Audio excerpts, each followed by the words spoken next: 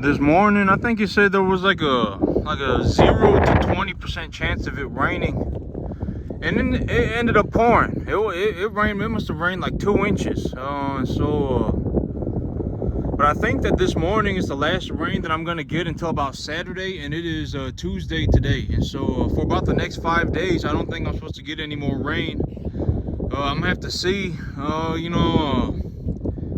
It would be great if it just stopped raining for about 5 days and then it could continue to rain. Because okay, so right now I need to get some more fertilizer on my field. I can't get back there on my tractor. And I'm looking at the grass in the front, and one of the things that I realized about the grass in the front is that if I top dress fertilizer,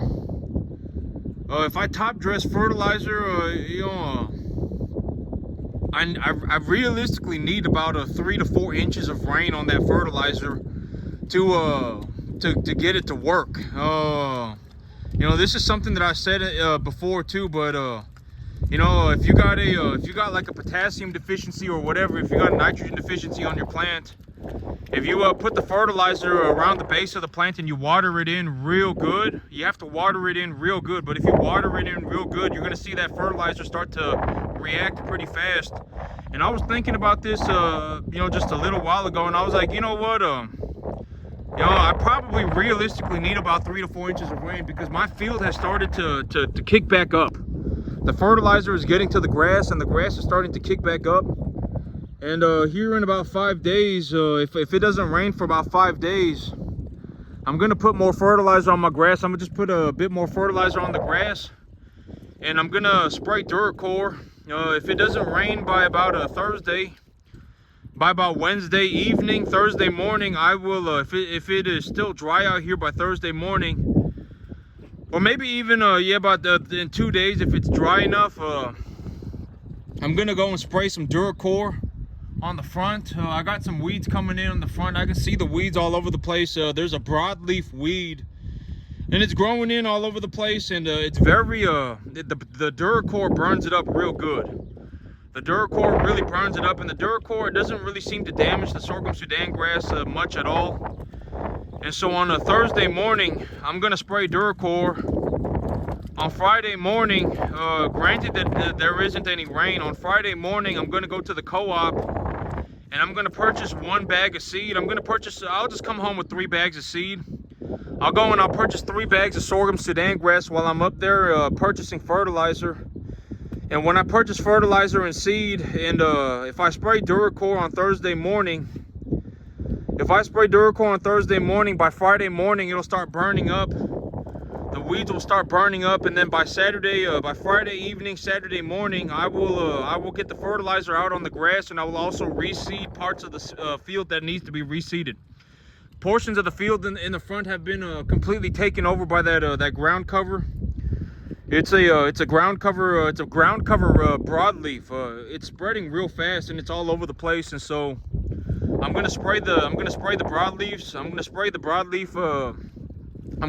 broadleaf weeds out, and then I'm gonna go over it, and I'm gonna drill some more sorghum Sudan seed on top of it. And so I've decided that I'm just gonna be straightforward with my real estate agent. I'm just gonna tell her, write the contract, and if she starts fiddle farting around, I'm just going to go and find a different agent. But here's also something that I decided that I'm going to do on my part. Okay, so yesterday, I talked about cross collateralization, and you do not want to, personally, and from my standpoint, you do not want to cross collateralize your assets. Because if you cross collateralize your assets, essentially what you are doing is you are taking your equity, you are opening a line of credit against it. You are going to the bank and asking for a line of credit against the equity of your of asset number 1, and you are utilizing the equity, you are utilizing the line of credit that you have opened as collateral, as putting up your asset for collateral. You opened up a line of credit. You are utilizing that credit to purchase asset number 2, or realistically, you are utilizing it as a down payment for leverage for asset number 2. And I would highly suggest that you do not do that. And I've already told you why. Why would I not do that? Personally, I would not do that because If you have a $1 million asset and the bank gives you let's say you got a $1 million asset and you've paid it off, and then you go to the bank and the bank appraises it at $1 million, and they give you an $800,000 line of credit. If they give you an $800,000 line of credit and you utilize that $800,000 line of credit, let's say you take that $800,000 line of credit and you utilize it in this scenario, you utilize it to purchase asset number 2. And asset number 2 is a $4 million asset, and you've utilized the $800,000 line of credit as a 20% down payment for asset number 2. If asset number 2 goes underwater, the bank will also take your asset number 1. And so that is why I would not suggest cross-collateralizing assets at all, ever. And I've already said, what would I do? I would leverage cash flow. Always, the banks love cash flow. If you are bringing home a set amount of money, I've already told you this answer like 15 times. The way you figure out how much money the bank is going to give you is you just go and you ask the banker. That is it. You just ask them. Just flat out ask them, how much money will you give me? And they will just ask you how much money, how much money do you bring home every month? Right? Let's say you're married, right? Let's say you're married. And you and your wife, let's say you bring home $4,000 and your wife brings home $3,000. Then you bring home $7,000 as a family, right? You bring home $7,000 as a family, and $84,000 a year is about the average income. It's about the median income for families in America. If you take a survey of like all of the families in America, a majority of families are going to be bringing home somewhere around $85,000 a year. A majority of people are bringing home about $85,000 a year. And if you have a three earner family, meaning that one of your kids, you have a kid and that kid is also working, then you probably bring home somewhere around $100,000 a year as a family. As a family, if the husband brings home $4,000 and the wife brings home $3,000 and the child brings home $1,000, you're essentially the average American family. Most American families are in that situation. A majority of American families are in that situation. You're bringing home about $80,000 to $100,000 a year. And you take that money to the bank and you just ask the banker, hey, as a family, we bring home this much money. How much money will you give me? And the banker, let's say, you're not just going to walk in and ask him how much money you're going to give me, because that's a very vague question. If you're going to buy a house, you're going to ask him how much of a mortgage will you give me? In a good way. I've already told you the answer to this like 10, 15 times already too, but if you're looking to pick up a mortgage, you can rough estimate it as $1,000 a month per $200,000.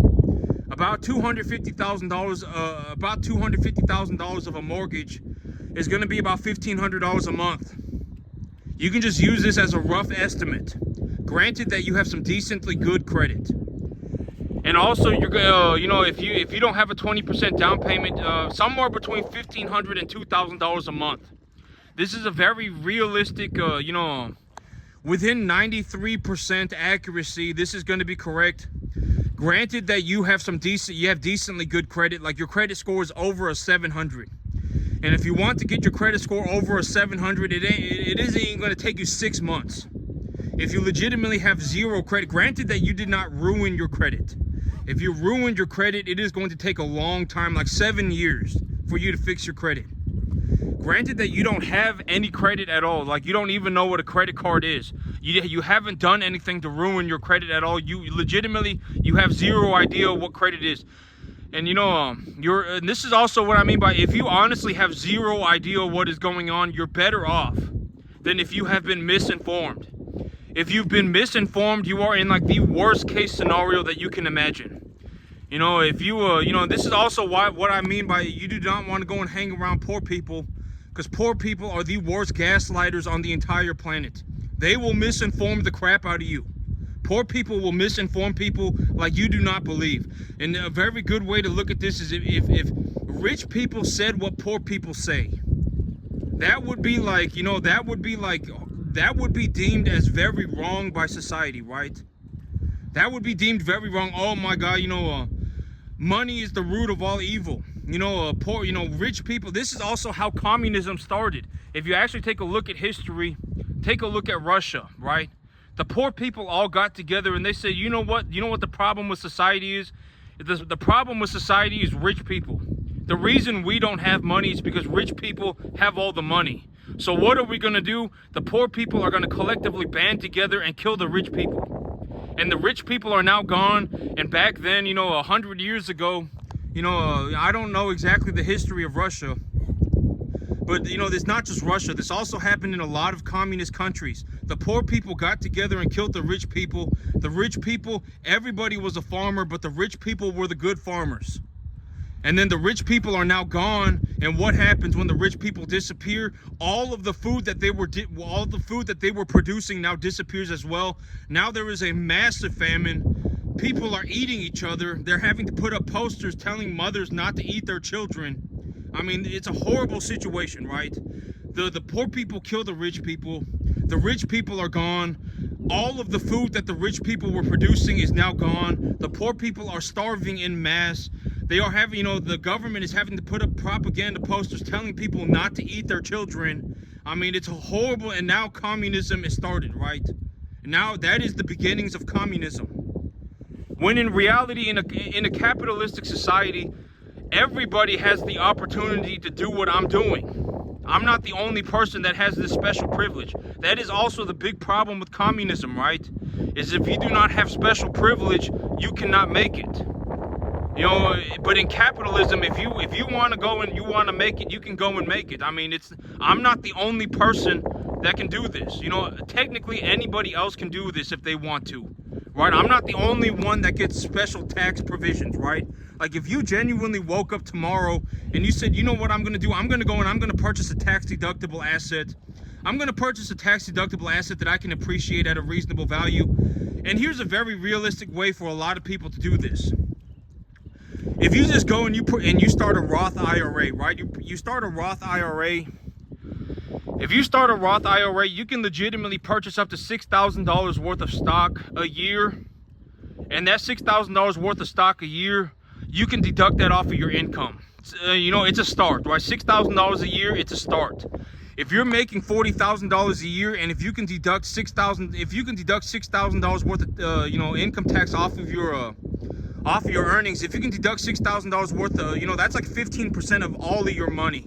And the thing is, in this country, in America, the more money you make, the higher your tax percentage goes. So the more money you make, the more taxes you owe. But the thing is like if you get, but a lot of times the rich people are deducting their taxes, right? I mean, if you listen to me talk, you're going to hear me say this all the time. A tax deductible asset that is appreciable, right? And a very realistic way that you could do this, if all you have is $500 a month, you can go and start a Roth IRA and just purchase the S&P 500. Just purchase the S&P 500. Purchase $6,000 worth of S&P 500 a year. You can deduct that $6,000 off your taxes. And here's the thing: is that the S&P 500, it's a collection of 500 of the biggest companies in America. And so, if the 500 biggest companies in America are going down in value, then chances are the economy is deflating. Your dollar's going to buy more, right? And so, you know, at the end of the day, you're going to get like a 3% dividend or whatever it is on the S&P 500. You're going to get like a 3% dividend. So that's your appreciation. Your tax deductible asset is the $6,000 that you are putting in the S&P 500. And if you have a tax deductible asset that is equitable, and I don't know if this is exactly something that you can do with the Roth IRA, but if you have a stock market portfolio, you know, you can open up a line of credit against it. I've already said this like 15, 20 times. If you have anything that is equitable, anything that has equity, you can access that equity. If you do not want to liquidate your assets, you can access that equity by opening a line of credit against it. And how do you do that? You go and talk to the banker. It's the same answer all the time. It does not matter what you're trying to do, right? And let's say you have a stock market portfolio, whatever it is. And here's the thing, you know, when it comes to, in terms of the reality situation, in America, your chances of becoming a millionaire are the highest if you invest in real estate. Just across the board, real estate investors are, in terms of a percentile possibility, your chances of becoming a millionaire in America are the highest if you invest in real estate. And here, this is a very good realistic way to think about it. Let's say you go and you buy a home, right? Let's say you're just the average American person, right? You're just the average American person. You bring home, as a man, you bring home $4,000 a month, and your wife brings home $3,000 a month, right? And then the two of you bring home $84,000 a year. You take your $84,000 a year and you go to the bank and you say, banker, how much will you give me for this money? And you've already taken my formula and you understand, you know how to rough ball this, you know how to rough idea this estimate already. You already know a rough idea of what you should be getting, right? If you are looking for a $250,000 loan to purchase a piece of real estate on a 30-year term with interest rates where they are right now, you're going to pay roughly $1,500 to $2,000 a month.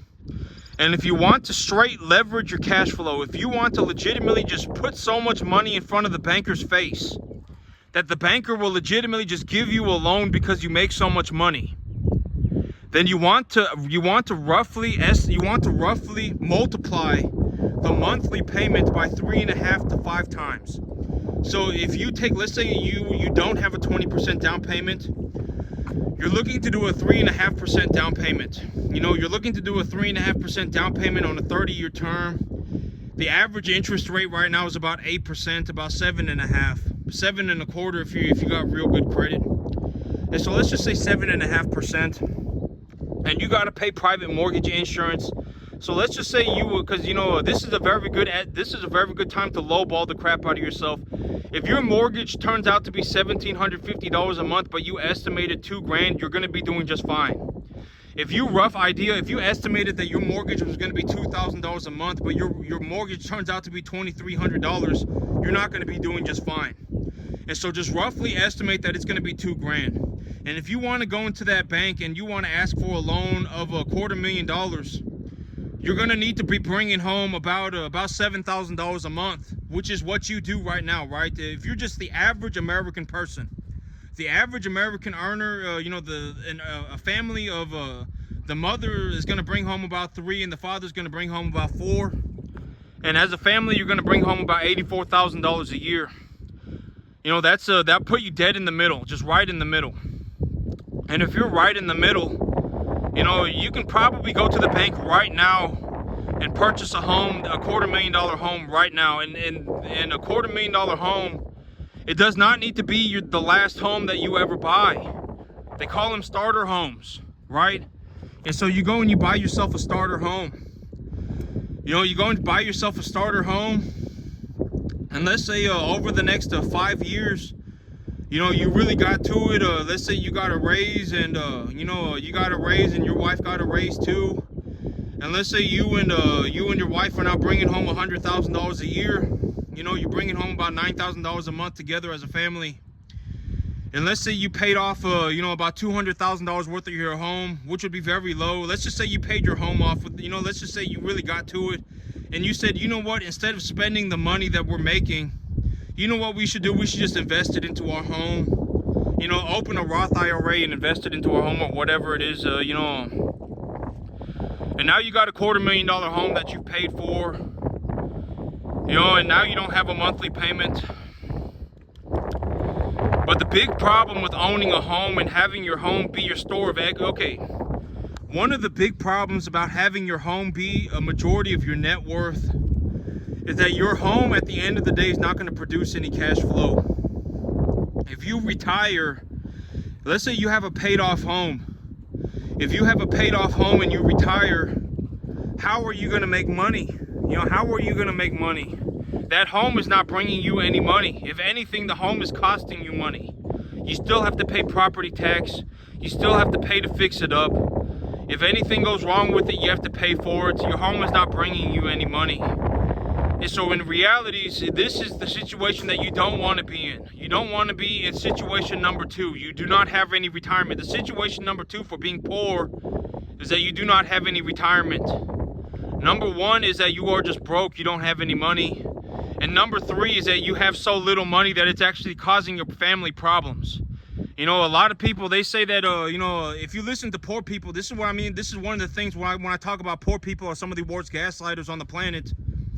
And, you know, this is something that a lot of poor people say. And it's that, and this is, if you think like this, this is a very good indicator that you are poor. Is that money does not buy you happiness. And to a certain degree, money will buy you happiness. Right? If you can buy yourself a decent car, you'll probably be happier. If you can buy yourself a decent home, you will probably be happier. If you can buy your kids an opportunity to do better for their future, you will probably be happier. So to a certain degree, money will buy you happiness. And this is what I mean by being rich, right?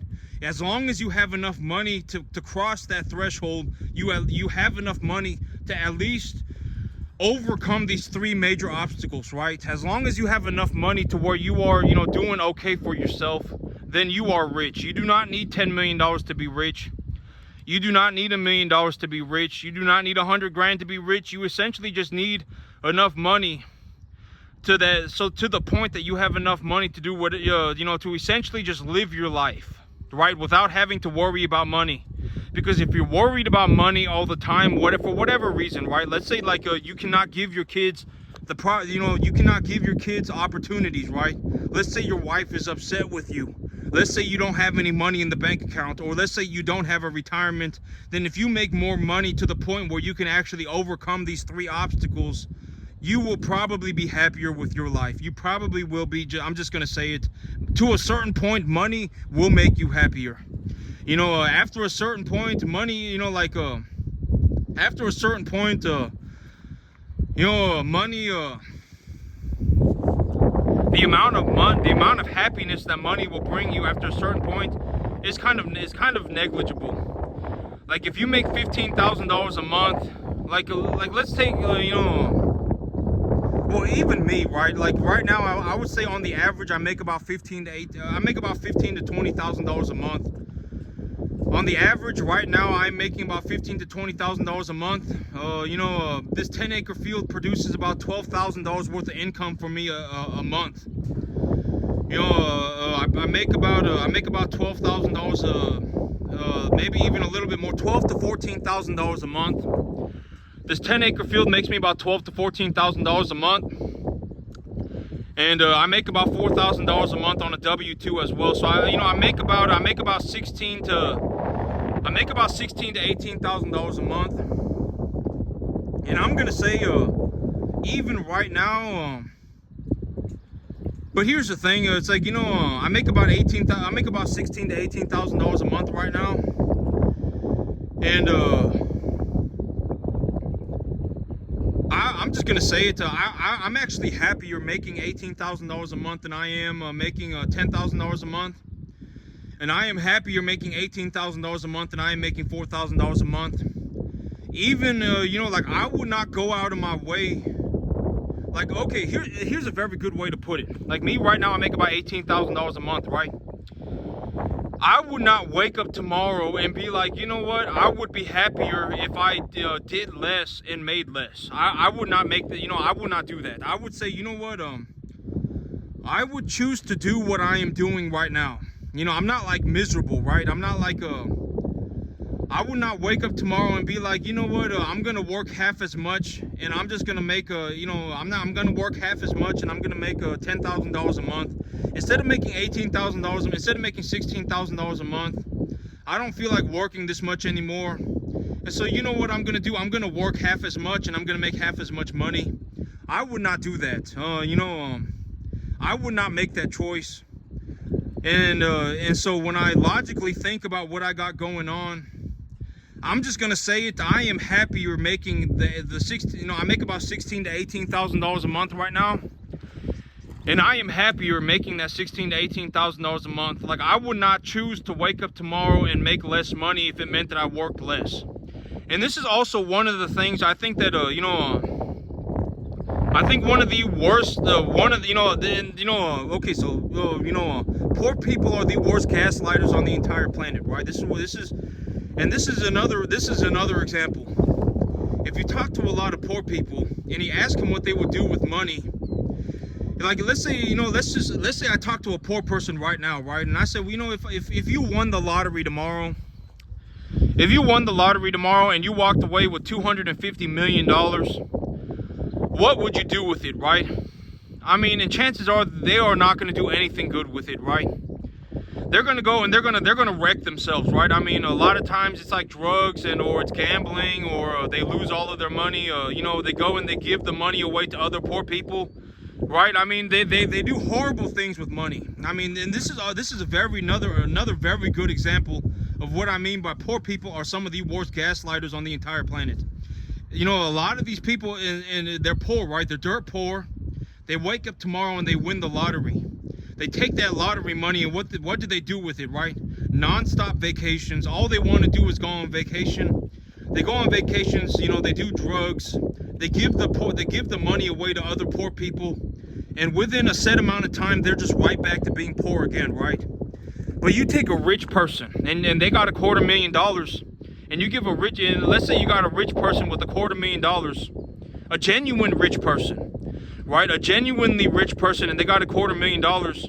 Chances are they're not gonna wake up tomorrow and go on non-stop vacations, right? They're not gonna be like, you know what I'm gonna do? Now that I got the money, you know what I'm gonna do? I'm just going to go on a vacation for the rest of my life. I'm just going on a vacation for the rest of my life. I'm going to do a bunch of drugs, and then I'm going to give the money away to poor people, right? Rich people are not going to do that. Genuinely rich people are not going to do that, right? I mean, I'm going to open up a hospital. I'm going to start a hospital, right? I'm going to fund some science project, right? I'm going to build a freaking rocket ship so that we can go to outer space. I mean, we're going to create AI technology so that cars can drive themselves, right? I mean, look at rich people. This is what I mean by always look at rich people. Do not go and look at poor people. Because if you learn from poor people are the worst gaslighters on the entire planet. They will lead you astray. Poor people, even if you give them money, they will end up being poor again. Unless they learn to not kick themselves in the dick, they will become poor again. And look at poor people. I mean, and a very good example of this is look at people who are poor and then win the lottery, right? I mean, they go on vacations nonstop. They do drugs. A lot of times it's like they start doing drugs, or, they go on vacations all the time. They go and give the money to other poor people. And the next thing you know, they're right back to being poor. And, even and it turns out the poor people that they helped, they don't give a jack squat about this person, right? I mean, poor people, I've already said, poor people, it's like being on drugs, right? Being poor is like being on drugs. And so, it's like if you tried to take the drug away from a drug addict, they would freak out. If you try to take poorness away from a poor person, they will freak out. They will freak out. I mean, they don't even know what rich is, right? Rich could legitimately wake up and slap him in the face tomorrow, and they wouldn't even know what rich looks like. They don't even know what rich is, right? And because, okay, if you're poor and you could be rich, you would choose to be rich, right? Almost everybody would. Don't lie to yourself. Almost everybody, if you are poor today and you could wake up tomorrow and be rich, you would choose to be rich. Don't lie to yourself. 99.999% of people would choose to be rich, and you are not an exception, right? I mean, if you are living off like in the Appalachian Trail and you legitimately have no idea what modern society even looks like, right? You are living like off in the woods by yourself. You legitimately have not seen society in 40 years. Then I believe you, right? And if you said that, you are, just fine where you are in the Appalachian Trail or out in the woods by yourself, have not seen society in 40 years, and you said, you know what, I don't even have a conceptual understanding of what money is, and, I don't really, if I could wake up tomorrow and be in do financially well for myself, then I wouldn't even know what that meant. Then I believe you. At that point, I believe you. But chances are you were born somewhere. If you are watching my YouTube video, chances are you were born in modern society. All right, you were born in modern society. You were born in a first world kind of, in like you have a house, right? I mean, you have a house. If you want food, you go to the grocery store and buy it, right? You don't go you don't go hunt the woods, right? You go to the grocery store and you buy it. If you want electricity, you pay for your electricity bill and you flip a switch in your house. If it gets too hot in your house, you turn on the air conditioner. If it gets too cold in your house, you turn on the heater. Chances are you are like this, right? You're not waking up every day like on the Appalachian Trail. Oh my God, if you genuinely believe that, like if you live in the modern world and you think you don't need money, you're a moron. I mean, I don't know what you're doing on a regular basis, but I mean, you're an idiot. If you live in the modern society, let's say you have a home, that home costs you money. That home costs money. The electricity, it costs money. The gas, it costs money. If you want to put food on the table, it costs money. Don't be a retard, right? Like, don't be a freaking idiot, right? I mean, you're gonna need, you have a desire to have money, right? If you are in the modern world, you have a desire to have money, right? And so, chances are, if you could choose to be rich financially, you would choose to be rich. If you are poor and you could choose to be rich, you would choose to be rich, right?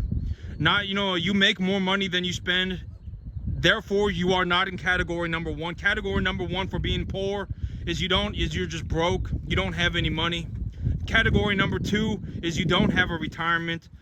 And category number three is that your family's having you have so little money that it's actually causing your family problems. If you could not have those three things, and money to a certain degree will fix all three of those things, granted that you are not kicking yourself in the dick on a regular basis, right? Money will fix those three things, granted that you are not a moron, right? And so if you could genuinely, wake up tomorrow and actually be a rich person, you would choose to be rich. 99.99999% of you watching my YouTube video and in the modern world would choose to be rich. Don't lie to yourself, right? And so, to get out of situation number one, you need to make more money than you spend. That's how you get out of situation number one. Situation number two, the way you have a retirement is you need something that pays you 24/7, 365. You need an investment portfolio. You need an investment portfolio. You need something that pays you 24/7, 365 days, 24 hours a day, 365 days a year. That's why, like, when I say this, like my cattle, I get paid 24 hours a day, 365 days a year. I essentially get paid, I essentially make about $200 to $250 a day, every single day. Right, every single day I make about $200 to $250 a day, 365 days a year on my cattle business. My cattle business always makes me money. Even when I'm not here, my cattle business is making me money. Even when I'm asleep, my cattle business is making me money. So number two, you need some kind of an investment, something that pays you 24/7, 365 days a year. And chances are, and the way you get out of situation number three, the way you don't have situation number three is you just learn to not kick yourself in the dick. I mean, because if you kick this is why, if you kick yourself in the dick on a very regular basis, if that is what you do, it does not matter how much money you have, you're going to have money problems. And then, for a little while, you may be doing good. And then it's like, oh, well, now that I'm making a little bit extra money, I'm going to go and buy myself a little little bit better of a car. Okay, this is a very realistic situation number three. Let's say you manage to get yourself out of situation number one and you manage to get yourself out of situation number two, and now you're in a situation where you're trying to get yourself out of situation number three, but you're kind of a moron. I mean, you're kind of an idiot, right? I mean, you're kind of a moron, and you go, oh my, now that I'm making a little bit extra money, I'm gonna go and buy myself a little bit bigger of a house. I'm gonna go and buy myself a little bit better of a car. I'm gonna go and get drinks every weekend. I'm gonna go to the restaurant every weekend. And sooner or later, eventually that lifestyle, it's called lifestyle creep, right? That's a very modern way to look at it. It's called, the modern person calls it a lifestyle creep. But now it's like, you were doing better for yourself, and now you've put yourself right back into square number one. Why? Because you cannot overcome square number three, where you yourself have to stop being a moron, right? And now it's like you got yourself a little bit better of a house. You've got yourself a little bit better of a car. Now you're going out every weekend, and now you're back to square number one. You've used up all of the extra money that you were making. Your investment portfolio, if it does not go straight into la land, then now you're underwater financially, and now you're right back to square number one, right? And so situation number three is essentially is more to do with character than it is to do with anything, right? I mean, you gotta learn to not be a complete moron. I mean, you have to learn to not be an idiot. If you are a moron, if you are an idiot, if you are kicking yourself in the dick repeatedly on a very regular basis, it does not matter. Even if you figure out situation number one and situation number two, if you cannot overcome situation number three, you will go back to situation number one. And then you have to start it all over again. And chances are, if you get back to situation number three, you will have to go back to situation number one and start all over again until you figure it out. Until you figure it out, you will always be in that doom loop. And if you manage to get out of those three situations, you are now rich. Because now essentially, you have more, you make more money than you spend.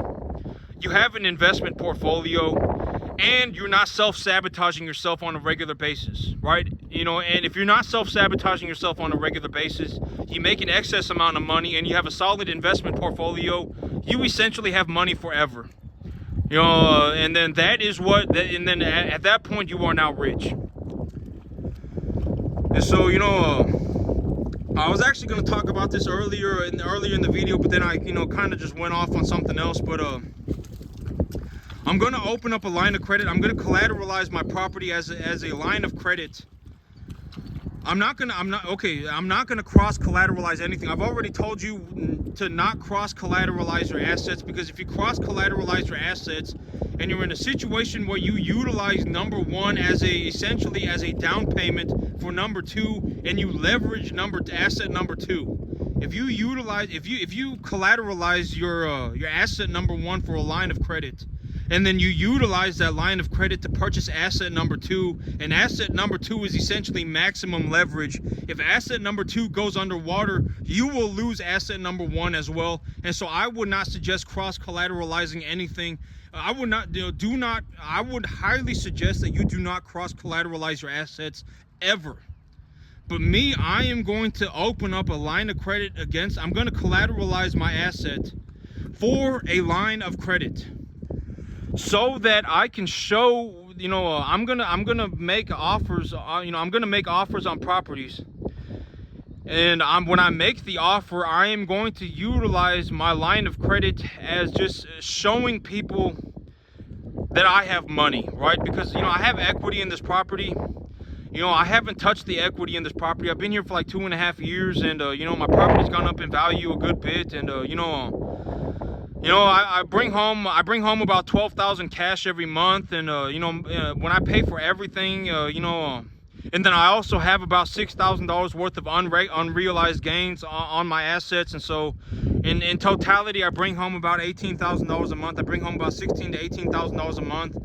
My monthly expenses, if I run my business and pay for all of my living expenses, it's about $8,000 a month. And so every single month, I still have roughly about $5,000 left over. I have about $5,000 cash left over just sitting in my bank every month. It's just excess money. This is what I mean by I'm not in situation, to get out of situation number one, you need to make more money than you spend, right? And so I make an excess of about $5,000 cash every month. After I pay for everything, after I bought all of my replacement animals, after I paid for my truck, after I paid for my tractor, after I've paid for my house, after I paid for everything, after I paid for all of my bills, I still have about $5,000 a month of excess income just left over. And so I've been making a little bit of an extra payment on my property every single month. I've been making a little bit extra of a payment on my property every single month, and I probably have a six-figure amount of money in my equity. I would say that I do have a six-figure amount of equity in my property. I'm not exactly sure how much it is, But I've always said, if you want to know how much money the bank is going to give you, just go and ask the banker. And so that's what I'm going to do. I'm going to go and ask the banker. I'm going to say I want to collateralize my property for a line of credit, and then they will do that for me. And then they will tell me how much money they're going to give me. And then I can take that money and I can essentially just show, you know, the people that I'm offering the money. You know, if I'm looking to buy the person's property and I'm offering them a deal, I just want to show them that I have money. You know, like, I'm not a poor person, right? I'm not a bum. You know, I'm not a poor person. You know, I actually have money. You know, I make an excess amount of money every single month. I've got over 6 figures of equity in my property. You know, I do very well for myself. You know, I make an excess amount. I would say on the average month, I make about $4,000 or $5,000 more a month than I spend. You know, I make about $4,000 to $5,000 more every single month than I spend every single month. And you know, farming is my retirement strategy. Farming is my retirement strategy. I'm gonna farm until I'm 150 years old, and my cattle make me money 24 hours a day, 365 days a year.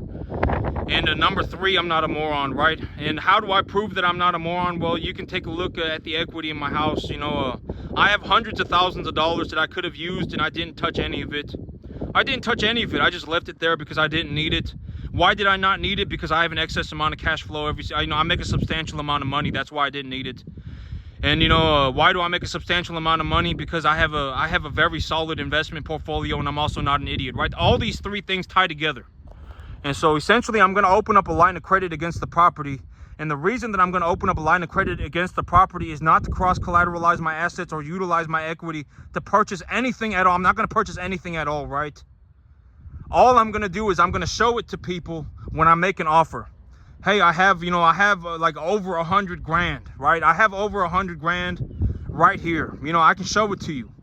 You want to see $100,000, I can show it to you, right? Boom, there it is, right? Oh, I don't have 100 grand cash, but I mean, okay, this is the thing about the American economy. I think that a lot of people don't understand is that credit and the thing about the dollar is that the U.S. dollar the U.S. dollar is a debt note. It is a debt note. DEBT note. It is essentially debt. The U.S. dollar is not actually the only reason the U.S. dollar has value is because people perceive it to have value. And back in the day, you know, like in the 1960s, the U.S. dollar used to have little flecks of gold in it. The U.S. dollar, if you wanted to print a U.S. dollar, you would have to put a little piece of gold in it. And the U.S. dollar was valuable because it had that little piece of gold in it. Back in the day, U.S. coins were made out of valuable metal. Like if you went and you had a $1 coin, it was made of silver.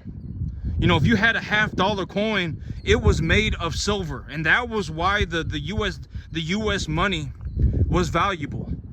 But nowadays, the money is a piece of paper, and the reason it is valuable is because people believe it to have value. People think that it is valuable. That is the only reason why the U.S. dollar is valuable. And so if you pay for something and you utilize credit, nobody will know.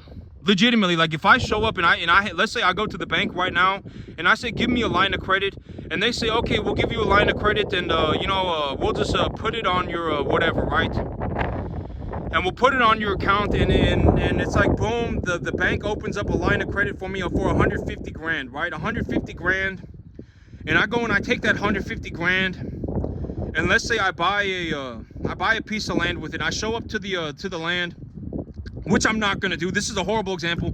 You know, I'm not going to cross-collateralize my assets. The only reason that I'm collateralizing my asset for a line of credit right now is so that I can show it when I make the offer, so that my offer is stronger. And then I'm going to utilize the whole reason for me making the offer the way that I am making it is so that, you know, when I essentially I get 1 year of a running start.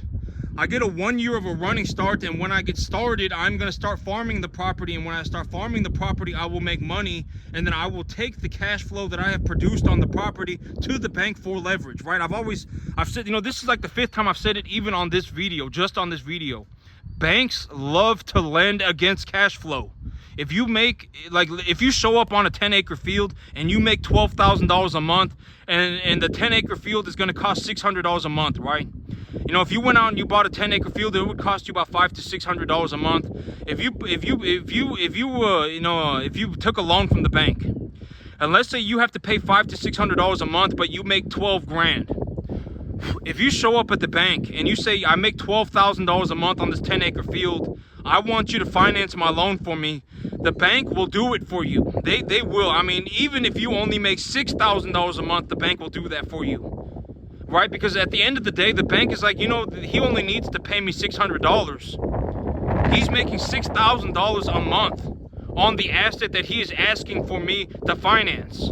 So if I give him the $600 a month, you know, $350 of that is interest, then I get to scrape $350 off the loan every single time he makes a payment, and he genuinely makes like 10 to 20 times more money on this property than what he needs to pay me.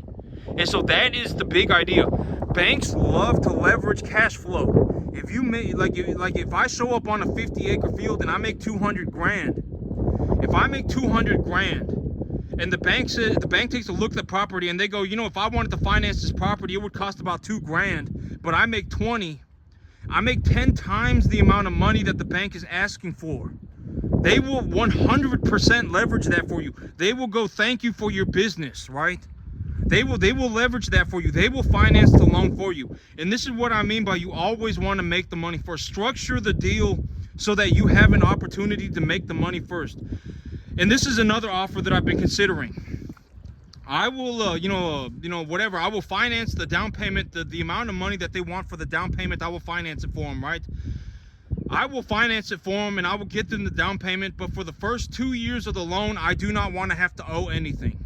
That is another, instead of a 1 year option period, what if I gave you your down payment?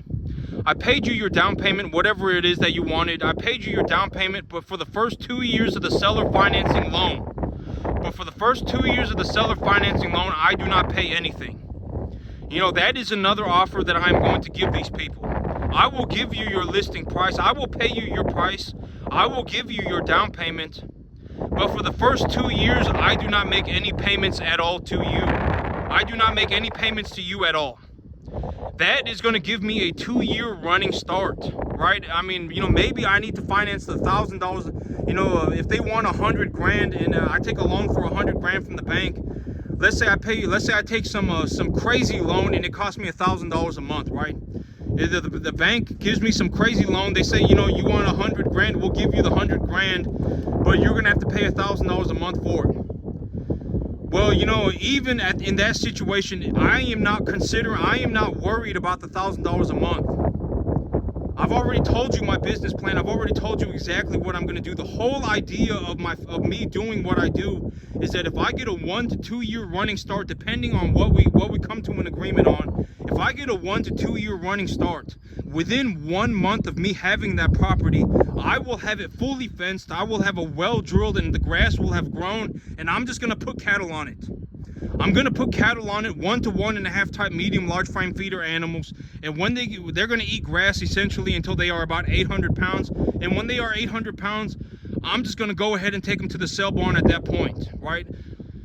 And you know, I don't want to go through all my numbers right now again, because this has already been a long video, but essentially it's going to cost me about $550 a month to raise about 30 animals a month. So if I want to raise 100 animals, it's going to cost me about $1,750 to raise 100 animals. And if I raise 100 animals and each one of them put on 3 pounds a day, that's 315 pounds a month per, that's 300, oh wait, excuse me, that's what's 30.5 times let's just say they put on 3 pounds a day on grass, right? Let's just say let's just say 90 days, right? Or 90 pounds, right? 90 pounds per animal across 100 animals, that is 9,000 pounds of gain across 100 animals a month. I am getting 9,000 pounds of 1 to 1.5 type commodity animals You know, if I raise 1 to 1.5 type commodity, large frame commodity animals, medium large frame commodity animals, and I run, let's say 90 of them, and the 90 of them are putting on 3 pounds a day, that's 200, that's like 9,000 pounds of gain a month, right? And if I gain 9,000 pounds a month and the feeder cattle market is sitting at 250, 260, that 9,000 pounds of gain is going to be valued at, you know, if I lowball myself, it's going to be $2 a pound. So for those 9,000 pounds of gain, I'm making almost $18,000 a month. If I make $18,000 a month, I'm not worried about the $2,500 a month or whatever that it's going to cost me. And these numbers are reasonable, right? I have these numbers for a reason. You know, I've taken numbers from my property over the course of a long time, right? These numbers are, and this is also what I mean by when I give you information, I am looking to give you objectively correct information, right? I'm looking to give you objectively correct information. This information is about 93% or more correct, objectively true. And so, you know, if it costs me, let's say it even costs me $3,000 a month. If I can bring home $18,000 a month, I'm not worried about the $3,000. And if I need $3,000, if let's say whatever you know, whatever situation happens, and I need $3,000 a month. From the very beginning, I need $3,000 a month. I've already told you the answer to this like 15 times as well. I am going to utilize the excess cash flow from this property to float my debt service on the new property until the new property produces a cash flow. That's the answer forever, right? I mean, that is the answer forever. If if the answer changes, I will let you know. So where am I going to get the money to float the debt service? What if I do actually need $3,000 a month? I'm going to use this property as, I'm going to use the money that I am generating on this property to float my debt service until my new property starts producing a cash flow. And then the cash flow that I produce on the new property will be the money that goes into my pocket. So that's it. I mean, you know, the extra 20,000, you know, and you know, I'm in a situation where I could genuinely be, you know, making myself an extra $250,000 a year. Realistically, that is the plan, right? That is what I'm going to do. And these numbers have been made if I lowball the crap out of myself with reasonable estimates. You know, if you put me on a 50-acre field tomorrow, I will start farming balls to the wall within 2 seconds of being on that field.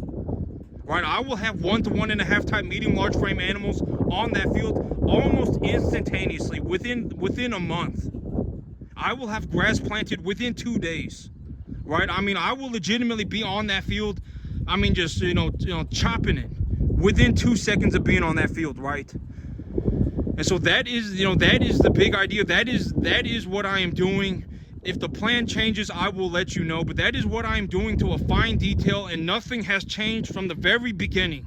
And if something changes, I will let you know. I will make a video and I will tell you that something changed, right? But that's it for me today, YouTube. Y'all have a good one.